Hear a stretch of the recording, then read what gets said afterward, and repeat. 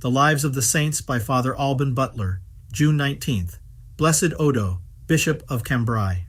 Among the distinguished teachers who taught in the great French schools during the 11th century, one of the wisest and most influential was Odin, the future Bishop of Cambrai.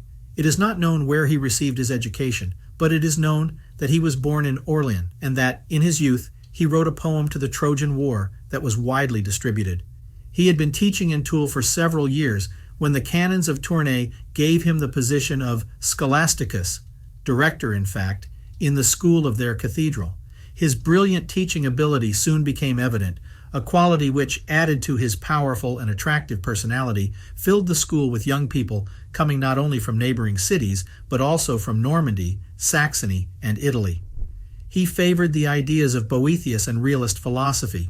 He so successfully combated the nominalism taught by Rambert of Lille that in the end he attracted all of Rambert's supporters. In addition to philosophy, rhetoric, and dialectic, he also taught astronomy and was often found on clear nights sitting on the steps of the cathedral and surrounded by his disciples to explain to them the position of the constellations and the movement of the planets. So devoted was he to secular studies that he had no time for the study of theology or the writings of the Church Fathers.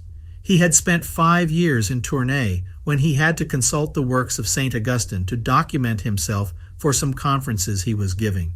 For the first time he opened the book of the Bishop of Hippo on the free will, and from that moment all the attention of his intelligence was concentrated on the writing. At the end of the reading he burst into tears while thinking of the vanity of his past life.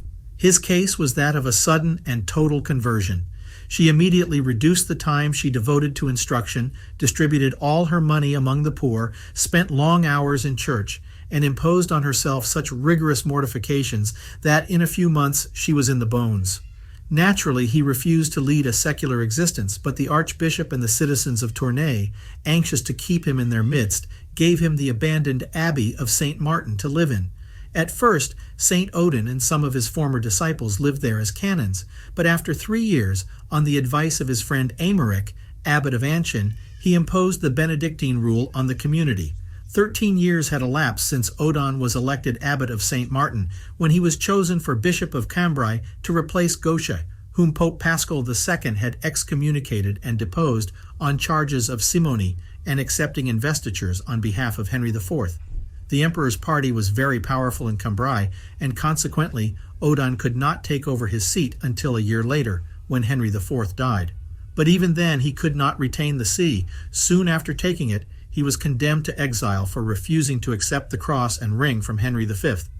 With his friend, Aymeric sought refuge in Anchin, where he busied himself with writing.